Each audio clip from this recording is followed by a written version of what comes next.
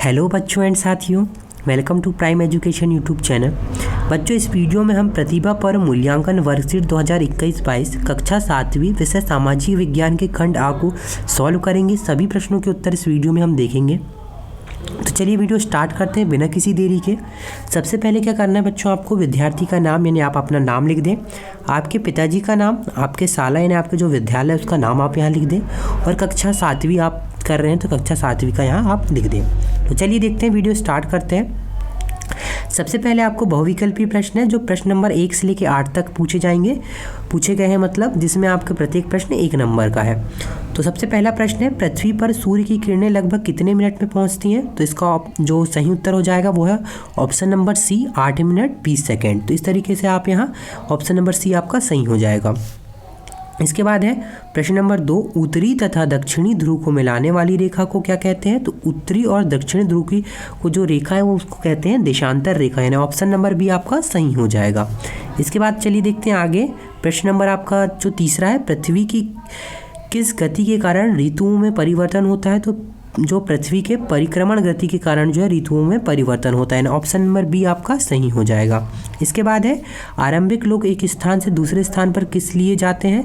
तो आरंभिक लोग जो है भोजन की तलाश में एक स्थान से दूसरे स्थान में जाते हैं, ऑप्शन नंबर आपका ए, भोजन की तलाश सही हो जाएगा। इसके बाद है, बुद्ध चरित्र के रचनाकार थे, तो अश्वघोष जो है इसके रचनाकार थे, तो इसमें आपका ऑप्शन नंबर बी जो है सही हो जाएगा। अब है प्रश्न नंबर 6 की राष्ट्रीय स्तर पर काम करने वाली सरकार होती है, तो राष्ट्रीय स्तर पर काम करने वाली सरकार केंद्र सरकार होती है, ऑप्शन नंबर आपका ए सही हो जाएगा। इसके बाद है, ग्राम पंचायत के चुनाव में वोट डालने के लिए मतदाता की आयु कितने वर्ष होना चाहिए? तो 18 वर्ष होना चाहिए, ऑप्शन नंबर सी आपका सही हो जाएगा। सुनामी से किस क्षेत्र में अधिक जो है नुकसान होता है? तो समुद्री जो तटीय क्षेत्र होते हैं उनमें ज़्यादा जो है नुकसान होता है, ऑप्शन नंबर आपका ए जो है सही हो जाएगा। अब बच्चों आपको जो है प्रश्न नंबर 9 से लेकर 13 तक प्रश्न है, जिसमें आपके प्रत्येक प्रश्न है 2 नंबर का।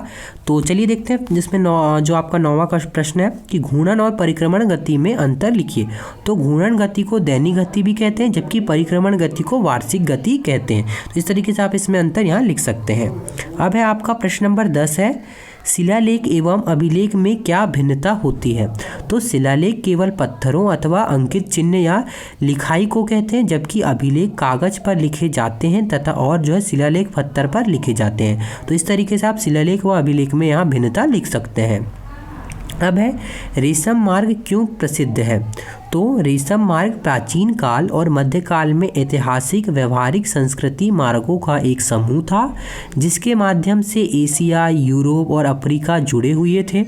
इसका सबसे जाना माना हिस्सा उत्तरी रेशम मार्ग है, जो चीन से होकर यूरोप तक जाता है। तो इस तरीके से आप यहाँ लिख सकते हैं। अब है प्रश्न नंबर आपका 12, विविधता हमारे जीवन को किस प्रकार समृद्ध करती है? तो हमारे जीवन में विविधता होने से विभिन्न तरह के रंग आ जाते हैं और हमारा जीवन बहुत ही आयामी बन जाता है। हमें अलग अलग संस्कृतों को समझने और सीखने का अवसर मिलता है और विभिन्न दृष्टिकोण से सोचने का अवसर मिलता है। तो इस तरीके से आप इस प्रश्न का उत्तर यहाँ लिख सकते हैं।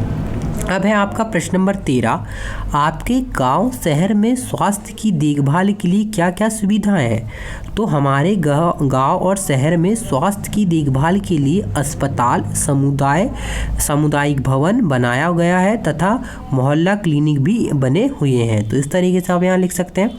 अब आपका प्रश्न नंबर 14 से लेकर 16 तक रहेगा, जो प्रत्येक प्रश्न आपका 4 नंबर का है। तो पृथ्वी को अद्भुत ग्रह क्यों कहा जाता है? तो जीवन के अनुकूल परिस्थितियां संभवतः केवल पृथ्वी पर पाई जाती हैं। पृथ्वी पर जल उपलब्ध है जो हमारे जीवन के यापन के लिए आवश्यक है। पृथ्वी पर ऑक्सीजन गैस तथा ओजोन परत पाई जाती है, इसलिए जो इसे अद्भुत ग्रह कहा जाता है। अब है आपका प्रश्न नंबर 15, आरंभिक काल में खेती और पशु पालन की शुरुआत किस प्रकार हुई थी, लिखना है हमें।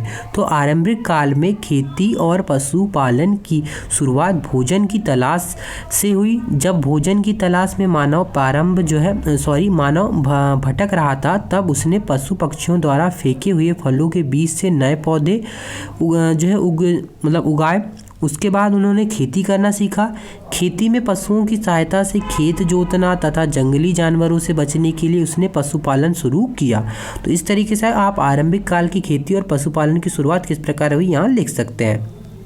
अब बच्चों आपका प्रश्न नंबर 16 आखिरी प्रश्न है, लोकतंत्री और राजतांत्रिकी सरकार में अंतर लिखना है आपको।